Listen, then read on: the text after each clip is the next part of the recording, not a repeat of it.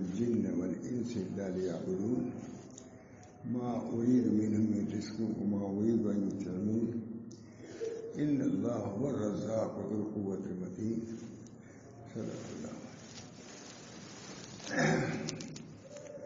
دوستوں بزرگوں، ہر شخص جو کام کرتا ہے اس کی غرض اور غائب بھی بتلایا کرتا ہے.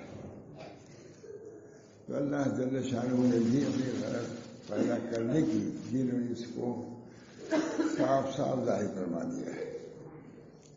چنانچہ ارشاد ہے وما خلقت الجن والانس الا لیعبدون. ہم نے نہیں پیدا کیا جن انس کو مگر اس لیے تاکہ عبادت کریں. اب اس سے واضح چیز کیا ہو سکتی ہے؟ اللہ تعالیٰ نے اور سب بہت سی چیزیں بنائی ہیں، لیکن خاص اپنے خلق کی یعنی پیدا کرنے کی غرض اس لیے بتلا دی کہ واضح ہو جائے، کوئی اس کے اندر خفا نہ ہو. وہ کیا غرض ہے؟ ہم نے اس لیے پیدا کیا جن اور انس کو تاکہ وہ ہماری عبادت کریں. ما اريد منهم من رزق وما اريد ان يطعمون.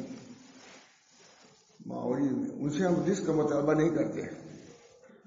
اللہ تعالیٰ فرماتے ہیں کہ ہم ان سے رزق کا ہم مطالبہ نہیں کرتے. والد تو مطالبہ کرتا ہے، استاد مطالبہ کرتا ہے کہ ہم نے تم کو اتنا بڑا کیا، پرورش کیا، اب تم ہماری دیکھ بھال کرو، گھر کو کہتا ہے. یا یہ کہ کچھ نہیں، تو جو کھانا پڑتا ہے اس کو کھلا دیا کرو اچھی طرح دسترخوان لگا کر کے. اللہ نے فرمایا کہ نہ تمہارے ہم کو رزق کی ضرورت ہے، نہ اس کی ضرورت ہے کہ ہمارے کھانے پینے کا انتظام کرو کہ اس طرح دسترخوان بچھاؤ چرپائی. اس کی بھی دونوں شاید میں رہتے ہیں. وما خلقت الجن والانس الا لیعبدون ما اريد منهم من رزق وما اريد ان يطعمون. میں تم سے رزق کا مطالبہ نہیں کرتا، نہ اس کا مطالبہ کرتا ہے کہ تم کھلاؤ پلاؤ ہم کو. انہیں روزی کا بھی نہیں، مال کا بھی مطالبہ نہیں، اور کھانا کھلانے کی ایک خدمت جو ہے اس کا بھی مطالبہ نہیں. ہم ہر چیز سے مستغنی ہیں. ما اريد منهم، تم اپنے غرض کو دیکھو، اپنے مقصد کو پر غور کرو، اس کا تعلق تم سے ہے. اگر تم کرو گے تم کو نفع ہوگا، کامیابی ہوگی. اگر سب لوگ، حدیث قدسی ہے کہ اگر تمام لوگ مل کے عبادت کریں میری، سب کوئی بغیر عبادت کے نہ ہو، تو میرے قدرت میں، میری قوت میں کوئی اضافہ نہیں ہوگا. یہاں تک ایک سب لوگ مل کے کوئی کام کریں تو قوت بڑھ جاتی ہے. اللہ تعالیٰ نے اس کی بھی نفی دی. ما اريد من رزق وما اريد ان يطعمون ان اللہ هو. یہ ہم نہیں چاہتے کہ تم ہمارے لیے روزی کماؤ، اور نہ یہ ہم چاہتے ہیں کہ روزی کو کما کر کے کھلاؤ. یہ نہیں چاہتے. میرے دوست، تو اللہ تعالیٰ نے بتا دیا کہ ہم نے صرف اپنی عبادت کے لیے. عبادت کیا ہے؟ عبادت اس کو کہتے ہیں، تمام لغت میں لکھا ہو کتاب میں، کہ بندے کا ایسا کام کرنا جسے اللہ راضی ہو جائے. یہ ہے عبادت. عبادت بول رہے ہیں کہ جو کام، نماز روزے ہی نہیں مگر جتنے کام ہیں، چاہے وہ جود کے ہوں، سخا کے ہوں، مدد کے ہوں، سفارش کے ہوں، کچھ بھی ہو، اس لیے پیدا کیا ہے تاکہ اللہ وما اريد من رزق. اسی لیے نہیں پیدا کیا کہ ہماری کوئی سفارش کریں، ہم کو کھانا کھلائیں، کوئی نہیں، بلکہ ہم نے بندوں کو اس لیے پیدا کیا ہے تاکہ وہ ہماری عبادت کریں. عبادت کی تعریف بہت عمدہ کیا ہے صاحب مراتب فلاح نے، کہ عبادت اسے کہتے ہیں کہ بندے کا کام کرنا تاکہ اللہ راضی ہو جائے، وہ عبادت ہے. مطلب کہ اگر اللہ کے راضی کرنے کے لیے کوئی عبادت نہیں ہے تو عبادت نہیں ہے. کوئی کام اللہ کے راضی کرنے ہے تو عبادت بظاہر. چنانچہ لکھا ہے، شروحیت والا لکھا ہے کہ شیطان نے عبادت تو کیا تھا مگر اللہ کے لیے عبادت نہیں کیا تھا، خلافت ارضی کے لیے کہ ہمیں کہ دنیا کے ہم خلیفہ اور امیر بن جائیں، اس لیے عبادت کیا تھا. اس وجہ سے اس کی عبادت ہی نہیں. کوئی کہہ سکتا ہے کہ عبادت ضائع ہو گئی، نہیں. عبادت وہی عبادت ہے جو اللہ کے ارضا راضی کرنے کے لیے بنا ہے، وہ عبادت ہے. اگر کوئی عبادت، نماز، روزہ سب کچھ کرتا ہے رات بھر، لیکن اللہ کے لیے نہیں بلکہ مخلوق کے لیے کرتا ہے، وہ عبادت ہے ہی نہیں ہے. عبادت کا مقصد یہی ہے کہ بندے کا وہ عمل کا جو عمل کرنا ہے کرے، مگر اس سے مقصود اللہ کی رضا، یہ عبادت ہے۔ اور ایک اسی مقابلے میں عبدیت ہے۔ عبدیت میں فرق ہے، بہت اہم فرق ہے۔ عبادت یہ کہ بندہ کوئی کام کرے جس سے اللہ راضی ہو جائے، اور عبودیت یہ ہے کہ اللہ کی طرف سے کوئی بنا آئے اس پر راضی ہو جائے، یہ عبودیت ہے۔ اور عبودیت کا مقام بڑا ہے۔ حضور اقدس صلی اللہ علیہ وسلم کو عبد کہا گیا، عابد نہیں کہا گیا، عبد ہے۔ عبد اسے کہتے ہیں کہ جو کچھ بھی کام ہم کر رہے ہیں، جو بھی اللہ کی طرف سے آ رہا ہے، جو ہم کام کر رہے ہیں اللہ کے لیے کرنا، یہ تو عبادت۔ اور اللہ کی طرف سے جو کچھ آ رہا ہے، بلائیں آ رہی ہیں، آزمائشیں آ رہی ہیں، اس سے راضی رہنا عبد ہے۔ اس کو عبد کہتے ہیں، دونوں میں فرق ہے۔ حضور اقدس صلی اللہ علیہ وسلم کو عابد کہیں نہیں کہا گیا، عبد کہا گیا۔ اسرا بعبدی، بندے کو معلوم ہے کہ عبد کا تعلق یا عبودیت کا تعلق زیادہ ہے۔ جہاں لکھا ہوا ہے کہ جنت میں عبادت نہیں رہے گی، لیکن عبدیت رہے گی۔ جنت میں عبادت کا سلسلہ ختم، یہ عبدیت رہے گی۔ چنانچہ آتا ہے، خود روایت ہے کہ اللہ تعالیٰ بنائیں کفار سے کہیں گے کہ تم کیا کر رہے تھے؟ کہا ہم زیادہ سب سے زیادہ محبت ہم کر رہے تھے آپ سے۔ فرمائیں گے اللہ تعالیٰ جھوٹے ہو۔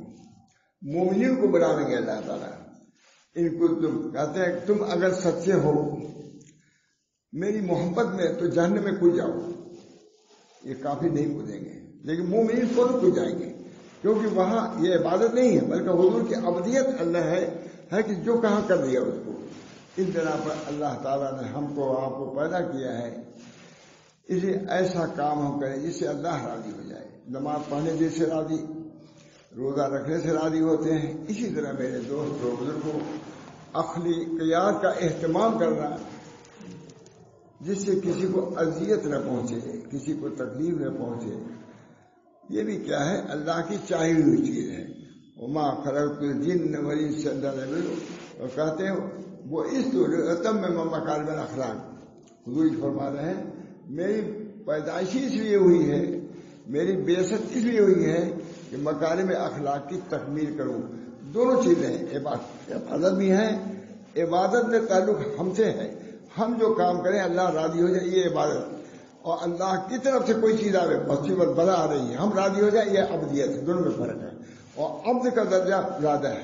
اس بنا پر نبی اکرم صلی اللہ علیہ وسلم کو جہاں بھی یاد کیا گیا ہے عبدہ و رسول، رسول سے پہلے عبد لائے ہیں۔ معلوم ہے کہ آج کا بہت بڑا مقام ہے۔ ہوا شمار جو حالات پیش آ رہے ہیں ان سے راضی رہنا، اور اللہ کے راضی کرنے کے لیے اعمال کو اختیار کرنا، اپنی اصلاح کرنا، اپنی درستگی کا اہتمام کرنا، یہ بہت ضروری ہے۔ اللہ تعالیٰ ہم سب لوگوں کو توفیق دے کہ جو بلائیں آ رہی ہیں کم سے کم اس کے لیے دعا ہی کرنا چاہیے۔ کیسی بیماریاں آ رہی ہیں، کیسے حالات پیش آ رہے ہیں، اس میں سوائے اس کے کہ اللہ کی طرف رجوع ہوں، اس کے علاوہ کوئی نہیں ہے۔ اسے بہت پوچھتے ہیں، تو باہر جانا ہوتا ہی ہے، بڑے بڑے علماء بھی پوچھتے ہیں کہ کیا کریں۔ میں کیجیے کہ اللہ کی طرف رجوع ہوئیے، سب کا حاصل یہی ہے کہ اللہ کی طرف رجوع ہو جائے۔ حضرت عیسیٰ علیہ السلام نے کسی نے پوچھا کہ بھائی ہر طرف سے اگر تیر آ رہا ہو تو کیا کرنا چاہیے آدمی کو؟ بہت حدیث کتابوں میں ہے، ہر طرف سے تیر آ رہا ہے، ادھر سے ادھر سے، تو اس کو کیا کرنا چاہیے؟ غالب عیسیٰ علیہ السلام نے کہا کہ اس کو تیر انداز کے پاس ہو جانا چاہیے، تیر نہیں آئے گا۔ تیر جو پھینک رہا ہے اس کے تم ہو جاؤ۔ یہ مطلب کہ مصیبتیں سب اللہ کی طرف سے آ رہی ہیں، اگر مصیبتوں سے رہائی چاہتے ہو تو اللہ سے مل جاؤ، اللہ کو راضی کر لو، تیسرے تیر سب ادھر ادھر ہو جائیں گے، نہیں جائیں گے۔ اب مثال کے دیں عمدہ دی، نبی مثال دے سکتا تھا، کوئی تیر انداز ہے، تیر پھینک رہا ہے، اب بچے اس کی کیا شکل ہے؟ تیر انداز کے متصل ہو جاؤ، وہ تیر باہر ہو جائے گا، تم کو نہیں لگے گا۔ اس جگہ پر اللہ تعالیٰ سے تعلق اور نسبت بہت ضروری ہے۔ اللہ ہم سب کو توفیق دے ہے کہ ہم جو حالات پیش آ رہے ہیں، میں سمجھتا ہوں برائیاں کچھ بڑھتی ہی جا رہی ہیں، اسراف بھی بڑھ رہا ہے، فضول خرچی بھی بڑھ رہی ہے، گانا بجانا بھی بڑھ رہا ہے، کوئی صورت نہیں۔ بس ہماری شادیوں میں اور دوسرے لوگوں کی شادیوں میں کوئی فرق نہیں رہ گیا ہے۔ ہم لوگ آتے ہیں یہاں سے وہاں تک، اندازہ بھی نہیں ہوتا کہ جمعہ کے دن ہے جو کوئی جمعہ کی تیاری کر رہا ہو، جو آگے دوستوں سب مسلمان بھرے یہاں سے وہاں تک، اس بنا پہ اس کی بہت فکر ہونی چاہیے۔ ارضائے باری تعالیٰ، اللہ تعالیٰ کو راضی رکھنا یہ بہت بڑی ہے۔ اللہم ارضنا ورضنا، نبی اکرم صلی اللہ علیہ وسلم دعا فرماتے ہیں اللہم ارضنا ورضنا، اللہ ہم کو راضی کیجیے، آپ ہم سے راضی ہیں۔ سب سے بڑی دعا سمجھی آتی ہے اللہم ارضنا ورضنا، ہم کو راضی کریے اپنے اعمال سے، اپنے احکام سے راضی کریے، اور خود راضی کس طریقے سے کہ جزائے دے، جنت میں ہم کو داخل کیجیے، اپنی رضا سے ہم کو مزید دیجیے۔ یہ ہر وقت ہمارا آپ کا پیشہ ہونا چاہیے، یہی ہمارا کام، اس وقت کوئی کام سوائے کے نہیں ہے کہ ہم اللہ کی طرف رجوع ہوں۔ اللہ تعالیٰ پریشانیوں کو جو آ رہی ہیں در حقیقت یہ سب اللہ کی طرف سے ہے۔ اعمالکم امالکم، لکھا ہے تمہارے اعمال تمہارے امال ہیں، یہ جو کام آ رہا ہے وہ سب ہمارے عمل ہی کا، بما قسمت ایدیکم، یہ تمام قرآن میں بھی موجود ہے۔ اس بنا پر سب سے بڑی چیز یہی ہے کہ اللہ کی طرف رجوع ہوں، یہی ہمیشہ کا دستور رہا ہے، یہی طریقہ ہے، یہی قیامت تک رہے گا۔ حضرت ابوبکر صدیق رضی اللہ عنہ نے فرمایا کہ اخیر زمانے میں بھی وہی چیز کارآمد ہوگی جو پہلے لوگوں کی کارآمد ہوئی۔ پہلے لوگوں نے جو کام کیا ہے اس موقع پر، وہی چیز اخیر کے لوگ بھی اختیار کریں گے، تبھی کامیابی ہوگی۔ اللہ تعالی ہم سب لوگوں کو ذکر فکر کی بھی توفیق مرحمت فرمائے۔ اتنے لوگ ہیں، ایسے کتنے ہزاروں لاکھوں آدمی جمع ہیں، اگر دل سے انشاءاللہ دعا کریں گے تو ضرور ہم لوگوں کے حق میں دعا قبول ہوگی، فلاح بھی ملے گی، عافیت بھی ملے گی، اور اگر کوئی مصیبتیں میں آئی آپ نے طریقے سے اس پر صبر کیا تو مصیبت پر بھی اللہ تعالیٰ اجر و ثواب دے گا۔ چنانچہ رسول اللہ صلی اللہ علیہ وسلم نے فرمایا اجمل لامر المومن، مومن کا عجیب معاملہ ہے، کب کوئی مصیبت آتی ہے وہ صبر کرتا ہے تو اس کو اجر ملتا ہے، کوئی نعمت ملتی ہے شکر ادا کرتا ہے، اس پر نعمت بھی ملی، شکر کا ثواب بھی ملا۔ مصیبت آئی ضرور، لیکن جب اس کا آپ نے برداشت کیا، اللہ کی طرف سے کہا انا للہ و انا الیہ راجعون، کوئی مصیبت آئے، فرماتے ہیں یہ بہت زبردست جملہ ہے، ہر مومن کے زبان پہ یہ رہنا چاہیے، انا للہ و انا الیہ راجعون۔ فرماتے ہیں علماء فرماتے ہیں کہ جب یوسف گم ہو گئے، حضرت یعقوب علیہ السلام نے کہا یا اسفا علی یوسف، یا اسفا، کہتے اس وقت انا للہ و انا الیہ راجعون آج دیتا، اگر یہ رہتا تو اسفا نہ کہتے بلکہ یہ جملہ کہتے انا للہ و انا الیہ راجعون۔ ہم اللہ کے لیے ہیں اور اللہ ہی کی طرف لوٹ کے جانا ہے، کہیں دوسری جگہ نہیں۔ اس وجہ سے وہاں جانے کے لیے یہاں تیاری ضروری ہے۔ کم سے کم اللہ فرائض کی پابندی، میں زمانے سے بھی کہتا ہوں فرائض کی پابندی کرو، زیادہ ذکر شکل نہ کر سکو، فرائض کی پابندی ضرور کرو، انشاءاللہ یہ زمان اگر متوجہ ہوں گے تو بہت کچھ اللہ کی طرف سے نعمتیں بھی نازل ہوئی۔ ہمارے حضرت بہت فرماتے ہیں مقصود بہت اہمیت کے جوانے کو میں فرزندان مستعدان سے کہتا ہوں، میں جو لڑکے جوان ہیں اور نیک وقت ہے ان سے یہ کہتا ہوں کہ اپنے وقت کو فضیلات میں ضائع نہ کرو، بہت بڑی قیمت ہے وقت، بہت اس کی کوئی وہ نہیں قدر نہیں ہے، اس وجہ سے اپنے وقت کی یہ قدر کرنا سب سے بڑی بات ہے، سب سے بڑی نعمت یہی ہے۔ اور بزرگوں کے یہاں بھی جو سکھایا جاتا ہے در حقیقت یہی سمجھایا جاتا ہے کہ اپنے وقت کی قدر کیجیے، وقت جو وقت ملا ہے یہ وقت جو گزر گیا وہ وقت آنے والا نہیں ہے، اس بنا پر جو وقت ہو گیا آپ نے کچھ کر لیا وہ سب لکھا ہوا، ایک ایک چیز وہاں ملے گی، کوئی اس کے قدر نہیں ہو سکتی۔ اس بنا پر میرے دوست اور بزرگ ذہن میں یہ بات آئی، میں نے بیان کر دیا، پہلے دن میں اسی کے الحاق التکاثر کو بیان کروں گا۔ لوگوں کو تکاثر نے نحو میں ڈال دیا، اسی کا نتیجہ جب غفلت ہوگی تو کوئی چیز اعتدال پر نہیں رہے گی، نہ شادی اعتدال پر رہے گی، تقریب رہے گی، نہ غمی اعتدال پر رہے گی۔ ہم آپ اللہ کے بندے ہیں، جو کچھ نبی اکرم صلی اللہ علیہ وسلم کی طرف سے ملا ہے اس کے مطابق کرنا یہی ابدیت ہے، اور اللہ کے رضا کا یہی سب سے بڑا ذریعہ ہے۔ ارضاء باری تعالیٰ. وہ کیسے ہوگا؟ رسول اللہ صلی اللہ علیہ وسلم کے دین پر چلنے سے، ان کی سنتوں پر چلنے سے. کتنی کوتاہیاں بھی ہو رہی ہیں اور کتنی زیادتیاں بھی ہو رہی ہیں. میرے دوستوں، دینی کاموں کے اعتبار سے بہت کوتاہیاں ہیں، دنیوی اعتبار سے بہت سی زیادتیاں ہیں. سمجھ لیجیے، دینی اعتبار سے کوتاہیاں ہیں، بے انتہا کوتاہیاں ہیں. کون ہے؟ کون کس کو پوچھتا ہے؟ لیکن دنیوی اعتبار سے بہت زیادتیاں ہیں. وہ زیادتی اگر کچھ کم کر دی جائے تو بہت سے نیک کام کرنے کے لیے وقت موقع مل سکتا ہے. اللہ ہم سب لوگوں کو دین مستقیم پر رکھے، دائم و قائم رکھے. اللہ کے رسول نے جو فرمایا شادی کے بارے میں اور کسی خوشی کے، غمی کے موقع پر، بیماری کے موقع پر، ہر چیز کی تعلیمات موجود ہیں.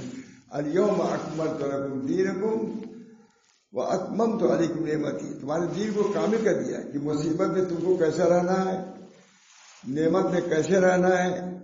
جب یہ چیز پیش نظر ہوگی تو ہمارا وقت اللہ کی عبادت میں، ان کی عبودیت میں گزرے گا، اور یہ اللہ کو بہت پسند ہے.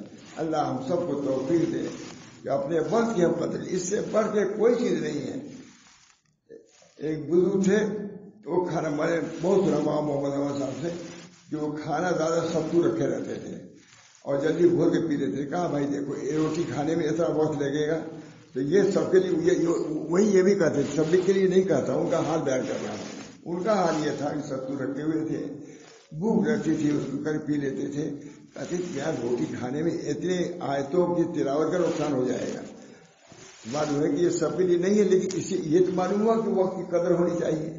جہاں تو ہو سکے ہم وقت کی قدر کریں، اپنے وقت کو ضائع نہ کریں. اگر کوئی غم وہاں ہوگا، حدیثوں میں اگر وہاں کوئی غم ہوگا تو اس وقت پر ہوگا جس میں اللہ کا ذکر نہ کیا. سری حدیث میں یہ خیال ہے، وہاں کوئی غم نہیں ہوگا قیامت میں. ہاں، اس وقت پر غم ہوگا جس پر اللہ کا ذکر نہیں کیا، اللہ کی اطاعت فرمانبرداری نہیں کیا. تو ہم مسلمان ہیں، کچھ تو کچھ کو پیش نظر رکھنا ہی چاہیے. اللہ ہم سب کو توفیق دے. اللہ نے جب پیدا کیا عبادت کو، یہ نہیں کہ اب رات دن عبادت ہی کرتے رہیں. یہ آپ کا رزق کمانا، دوسری چیزوں میں مشغول ہونا دنیا کے ہی تاثیر کے لیے، یہ دین کے خلاف نہیں ہے. یہ بھی دین ہے. اللہ تعالی ہم سب لوگوں کو دنیا کو بھی دین بنانے کی توفیق برآمد فرمائے. دین تو دین ہی ہے، دنیا بھی ہے. عادات جو ہے کھانا پینے کا عبادت نہیں ہے، لیکن اس کو سنت کے مطابق ادا کیجیے تو یہ سب عبادت ہے. سونا یہ کوئی عبادت نہیں ہے، لیکن سونے سے پہلے کچھ دعائیں ہیں، کچھ آداب ہیں، ان کو آپ نے ادا کیا. وہ سب سونا بھی سب عبادت ہے. آیت الکرسی پڑھ لیا، وہاں کی بہت بڑی فضیلت ہے. آیت الکرسی پڑھ کے سویا ایک مرتبہ، ہماری کتنی فضیلتیں ہیں دیکھ لیجیے کتابوں میں کیا ہے. لا الہ الا انت سبحانک انی کنت من الظالمین، کیا مشکل ہے؟ 3 مرتبہ پڑھ لے، صبح پڑھ لے. انشاءاللہ دینی اور دنیوی ہر قسم کی عافیت ہوگی، اور ہمارے مال کی، ہمارے بدن کی اللہ حفاظت فرمائے گا. یہ ذہن میں بات آئی، میں نے بیان کر دیا. اللہ تعالیٰ مجھے بھی عمل کی توفیق دے، ہمارے سب لوگوں کو عمل، بلکہ سارے مسلمانوں کو عمل کی توفیق دے. کیونکہ اس وقت جب وبا عام ہے تو دوا بھی عام ہونی چاہیے. یہ دوا عام، دوا کو تو بدلانے والے کم ہیں. اب وبا کے لیے سب پر آ گیا، آفت آ گئی ہے کہ یہ آ رہا ہے، وہ آ رہا ہے. اس کی حفاظت کے لیے بھی دعا کرو. اللہ تعالیٰ ان تمام بلاؤں سے، وباؤں سے ہم کو محفوظ رکھیں. وآخر دعوانا الحمدللہ رب العالمین.